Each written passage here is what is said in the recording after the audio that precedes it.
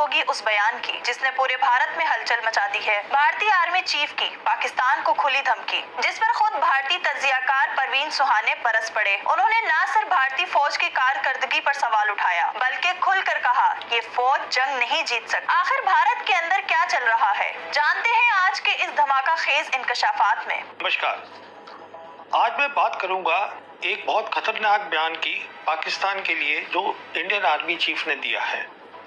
3 अक्टूबर को Indian army chief forward area में troop से बातचीत कर रहे थे। टेलीविजन टीम्स वहां पे थी। तब उन्होंने बयान दिया तो जो बोला वो पूरी दुनिया ने सुना।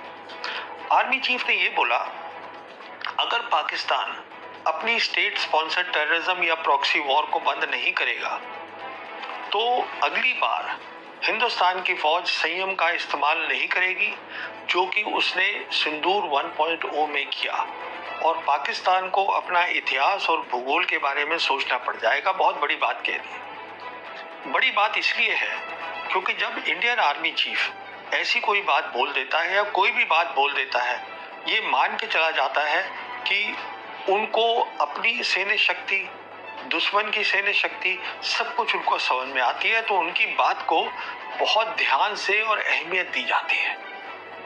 तो उन्होंने ये बात बोल दी तो मैं सोच में पड़ गया कि क्या कभी किसी आर्मी चीफ ने इस तरीके की बयान दिया है। तो मैं सोच रहा था, पहली बार मैंने आर्मी चीफ को देखा था आमने सामने, वो था 1978 में। आर्मी चीफ थे जनरल ओपी मल्होत्रा, टांगा वैली जो कि अरुणाचल प्रदेश में है। तो वहां पर वो आए थे हमारी डिवीजन में। आर्मी चीफ ने बातचीत करी ट्रूप्स के साथ, उसके बाद ऑफिसर्स से बात करी। तो वो होता क्या है, जब आर्मी चीफ आते हैं तो 2 बातें होती हैं।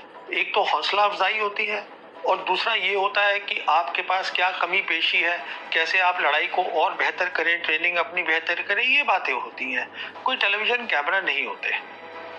और उसके बाद मैंने बहुत सारे आर्मी चीफ सुने, देखे, मिला हूँ।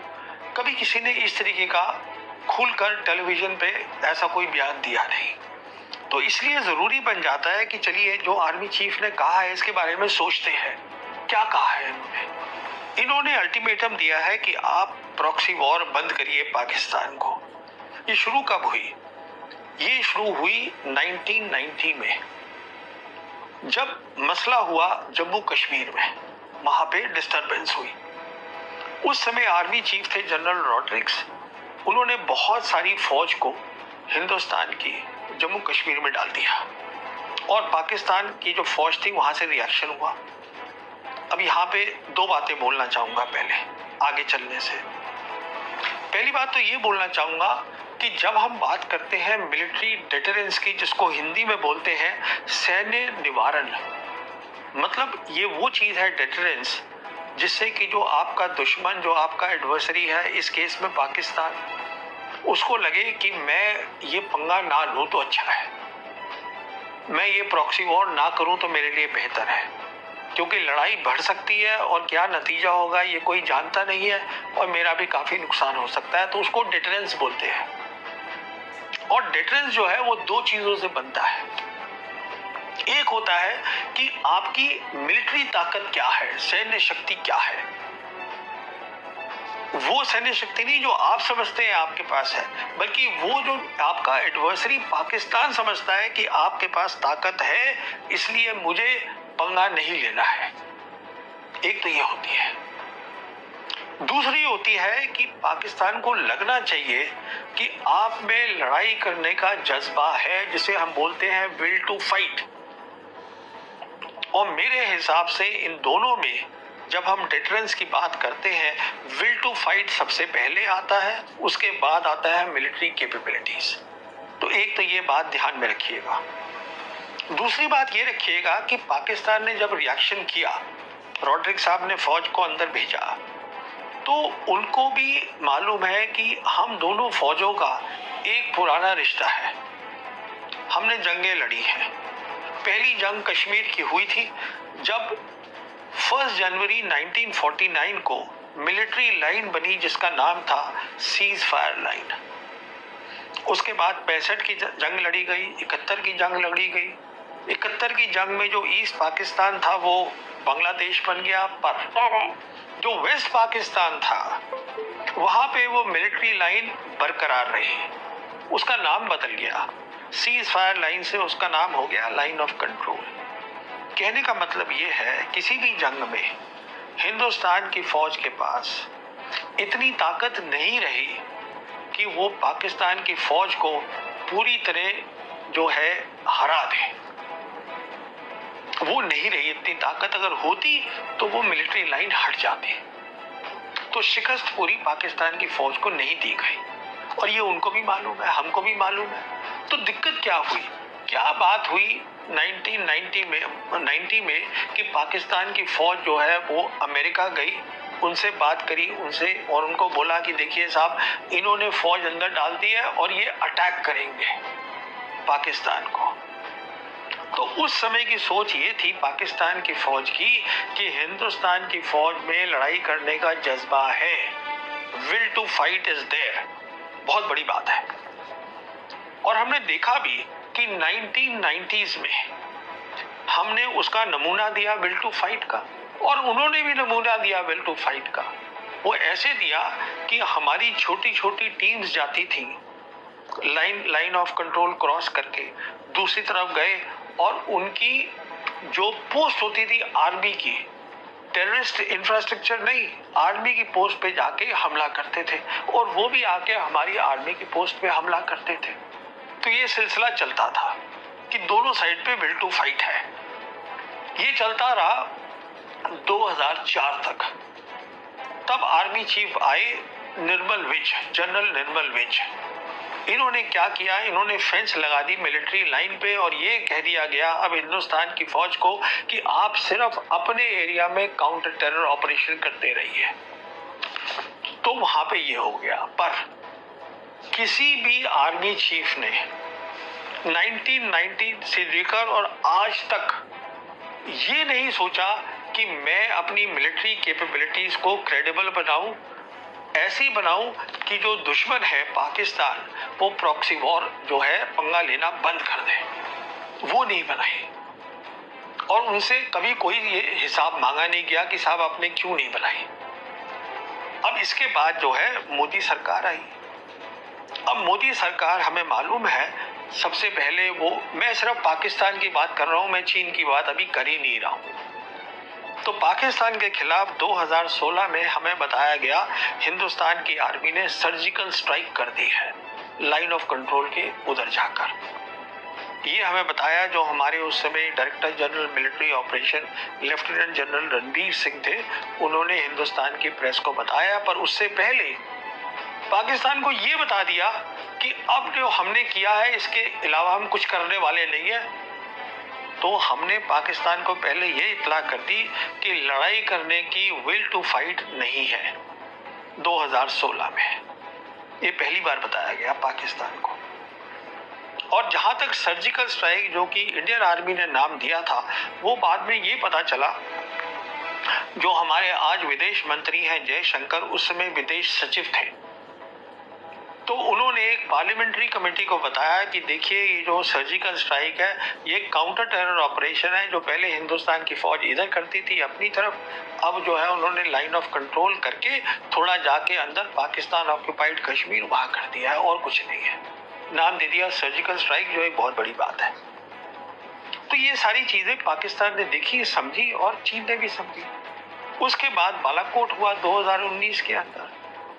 अब सवाल ये था कि 1971 के युद्ध के बाद, लड़ाई के बाद एयर पावर का इस्तेमाल नहीं हुआ था, तो पाकिस्तान की साइड तैयार नहीं थी कि अचानक रात को जो इंडियन एयरफोर्स है वो बालाकोट पे स्ट्राइक कर देगी। कहाँ? किसी सैन्य ठिकाने पे नहीं, सैनिक ठिकाने पे नहीं, जो टेररिस्ट के जो उनका इंफ्रास्ट्रक्चर है, जो मदरसा थे बालाकोट पे, जहाँ पे वहां पे अटैक हुआ।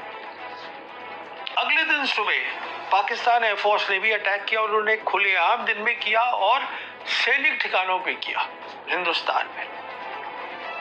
जो हिंदुस्तान की एयरफोर्स ने कबूला कि जो पाकिस्तान एयरफोर्स ने किया है वो जंग का ऐलान है, एक्ट ऑफ वॉर। पर हमने कुछ नहीं किया। ये बात फिर पाकिस्तान ने नोट करी, चीन ने नोट करी कि लड़ाई का जज्बा नहीं दिखा दूसरी बार भी। आइए सिंदूर पर। सिंदूर जब हुआ तो उसमें भी जो अटैक किया, टोटल जो है बताया गया कि 9 टेररिस्ट इंफ्रास्ट्रक्चर पे अटैक हुआ, टेररिस्ट फिर से, जिसमें 2 के ऊपर एयरफोर्स यूज हुई और 7 के ऊपर इंडियन आर्मी यूज हुई। और आधे घंटे के अंदर अंदर ये करने के बाद हमने पाकिस्तान के डीजीएमओ को ये बता दिया कि हम लड़ाई आगे नहीं करना चाहते, द विल टू फाइट हमने फिर वहां बता दी। उन्होंने कहा जैसे बालाकोट में था कि नहीं ये तो आपने किया है, हमें भी जवाब करना है, तो उन्होंने जवाब दिया। उसके बाद देखिए क्या हुआ, 8 तारीख को अगले दिन एक खबर आई, हमारी जो अपनी एम्बेसी है उन्होंने प्रेस रिलीज दी वॉशिंगटन में कि जो हमारे एनएसए हैं डोवल साहब, उनकी बात मार्को रूबियो से हुई है, उनका काउंटर पार्ट जो है अमेरिका के अंदर, और डोवल साहब ने मार्को रूबियो को पूरा यहाँ का ब्यौरा दिया कि यहाँ क्या हो रहा है। देने की जरूरत क्या थी, पर दिया। अच्छा, उसके बाद अमेरिकन जो थे वो बातचीत करने लगे हिंदुस्तान पाकिस्तान दोनों के साथ कि साहब आप ये रफा दफा करिए, बंद करिए। फिर पता चला कि 10 मई को प्रेसिडेंट ट्रंप का सबसे पहले सोशल मीडिया पर मैसेज आया कि दोनों साइड तैयार हो गए हैं सीज फायर के लिए, परमानेंट सीज फायर के लिए हमारे हस्तक्षेप से। उसने ये बोला कि मैंने करवाया है ये।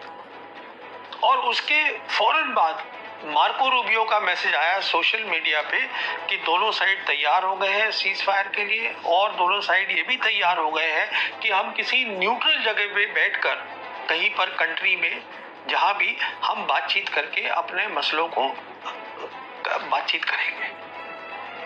उसके बाद फिर हमें पता चला पाकिस्तान की साइड से कि सीज फायर के लिए वो तैयार है। और सबसे आखिर में इंडियन साइड ने ये कहा कि पाकिस्तान के जो डीजीएमओ है उन्होंने दरख्वास्त करी, उन्होंने रिक्वेस्ट करी इंडियन साइड को कि हम सीज फायर चाहते हैं, तो हमने फिर ऐलान किया। सवाल ये उठता है कि अगर ये वाकई उनके डीजीएमओ ने किया है जो किया होगा, तो प्रेसिडेंट ट्रंप को कैसे पता चल गया कि ये सीज फायर होने वाला है? पर चलिए वो बात नहीं है। बात ये है कि एक बार फिर से ये बताया गया टेररिस्ट इंफ्रास्ट्रक्चर पे अटैक हुआ, हर बार वही हो रहा है, सैन्य शक्ति पे नहीं, पाकिस्तान की। और साथ में जो सबसे मैंने बताया इंपॉर्टेंट बात, विल टू फाइट, वो नहीं आ रही, दिखाई जा रही। अब इसको भी एक्सप्लेन कर रहे हैं ये लेफ्टिनेंट जनरल राजेश पंत है, जिन्होंने कई साल नौकरी करी है प्राइम मिनिस्टर के दफ्तर में। वो इसको बोल रहे हैं ये क्यूमुलेटिव डिटरेंस है। इसका मतलब ये है कि आप बार बार करते रहिए कि आपने सर्जिकल स्ट्राइक करी, बालाकोट करी, तो इससे डिटरेंस जो है वो दुश्मन जो है वो डिटर होता जा रहा है। अरे बाबा ऐसे नहीं होता है, हर बार जो चीज है वो बड़ी है, कम नहीं हुई है, ये आप देखिएगा। और हर बार क्या हुआ है, जो आपकी एयरफोर्स आपने 2 बार इस्तेमाल करी, एयरफोर्स की जो खामियां हैं, ऑपरेशनल खामियां, वो पाकिस्तान एयरफोर्स को भी समझ में आ गई और प्लाफ को भी, पीएलए एयरफोर्स को भी समझ में आ गई, तो आपका नुकसान हुआ है, फायदा नहीं हुआ है, कोई क्यूमुलेटिव डिटरेंस नहीं हुआ है। अगली बात देखिए, अब आर्मी चीफ ने कहा कि हम संयम का इस्तेमाल नहीं करेंगे अगली बार पाकिस्तान के खिलाफ। पहली बार क्या हुआ था, दुनिया ने देखा, आपकी लड़ाई देखा दुनिया ने, आपने देखा पाकिस्तान के साथ नहीं हुई, पाकिस्तान के साथ चीन खड़ा था। चीन बार बार बोल चुका है कि हम पाकिस्तान की अखंडता को नहीं टूटने देंगे, तो ये आपकी बात कहना कि वो इतिहास और भूगोल भूल जाए, ऐसा कुछ नहीं होने वाला। चीन बहुत बड़ी ताकत है। अब मैं इसमें और ज्यादा नहीं जाऊंगा, इतना ही कहना काफी है कि अगर चीन बार बार बोल रहा है तो पाकिस्तान और चीन की जब एक साथ खड़े होंगे तो हम कुछ खास नहीं कर पाएंगे, और ये असलियत है। अगली बात देखिए, अगर देखा जाए तो लड़ाई हिंदुस्तान पाकिस्तान की जो पूरी जिसे हम वॉर बोलते हैं वो सन 71 में ही हुई थी। कारगिल कोई लड़ाई नहीं थी, वो कॉन्फ्लिक्ट था, पर वो अलग कहानी है, मैं उसमें नहीं जा रहा। तो जो 71 की लड़ाई हुई थी जिसमें हमने रिजल्ट दिखाया हिंदुस्तान ने, उस लड़ाई में प्रधानमंत्री ने army chief general Manik Shaw को बोला कि ये मसला है, इसको आप मिलिट्री तरीके से हल करिएगा। उन्होंने कहा मैडम मुझे 6 महीने दे दीजिए तैयारी के लिए। प्राइम मिनिस्टर इंदिरा गांधी ने कहा ठीक है आप 6 महीने ले लीजिए। प्राइम मिनिस्टर इंदिरा गांधी ने ये नहीं पूछा उनसे कि जो है आपका जो ऑपरेशनल प्लान है उसका नाम क्या है। प्राइम मिनिस्टर इंदिरा गांधी ने ये नहीं कहा कि मैं रखूंगी उसका नाम, जो आपका ऑपरेशनल प्लान है। उनको एक पॉलिटिकल ऑब्जेक्टिव दे दिया गया, उससे उन्होंने अपने मिलिट्री एम्स बनाए और उन्होंने उसको जो है मुकम्मल किया। इस तरीके से लड़ाई होती है और उस लड़ाई में भी होल ऑफ नेशन इन्वॉल्व था, ये आर्मी नहीं इन्वॉल्व थे। अब देखिए हमारे यहाँ क्या हुआ, ये जो हमारे आर्मी चीफ हैं, जो उन्होंने बात करी फॉरवर्ड एरिया में 3 अक्टूबर को, वहाँ ये भी बताया कि ये जो प्लान था, इस ऑपरेशन सिंदूर जो ट्राई सर्विस प्लान था, इसका नाम जो है वो प्रधानमंत्री ने खुद दिया है। अगर प्रधानमंत्री नाम दे रहे हैं ऑपरेशनल प्लान का, ऑपरेशन का जो है उसको नाम दे रहे हैं, प्लान का नहीं, ऑपरेशन को नाम दे रहे हैं, इसका मतलब उनकी ऑपरेशन में इन्वॉल्वमेंट भी है। बहुत सीधी सी बात है। और वो हमने देखा था बालाकोट में भी थी। प्रधानमंत्री ने खुद बताया कि अगर क्लाउड्स हो तो उससे फायदा होता है, तो इन्वॉल्वमेंट है। तो कहने का मतलब ये है कि अगर प्राइम मिनिस्टर की इन्वॉल्वमेंट है इसमें, तो फिर आर्मी चीफ जो है वो क्या बोलते हैं उसकी कोई खास अहमियत है नहीं। कितना वो कंट्रोल कर पाते हैं, कितना उनका कंट्रोल है ऑपरेशन पर या तीनों सर्विस का है, तो वो कम हो जाता है, क्योंकि प्राइम मिनिस्टर उसको डायरेक्टली कंट्रोल कर रहे हैं। कहने का मतलब ये है ओवरऑल कि आज भी जो काबिलियत है हिंदुस्तान की फौज की, और ऑपरेशन सिंदूर को ही ले लीजिए, ये नहीं है कि जो हमने सोचा है, ये देखिएगा कि जो दुनिया को लगा कि उसका नतीजा क्या है। तो दुनिया को एक अलग चीज दिखी है ऑपरेशन सिंदूर में। और जैसे मैंने बताया, चीन खड़ा है पाकिस्तान के साथ, उसको शिकस्त देना जो है बहुत मुश्किल है। परवीन सुहाने का ये बयान भारत के अंदर सच्चाई का आईना बन गया है, जहां झूठे दावों और भड़कियों के शोर में अब हकीकत की आवाज गूंज उठी है। सवाल ये है, क्या भारत अपनी नाकामियों का इल्जाम हमेशा पाकिस्तान पर डालता रहेगा? फैसला वक्त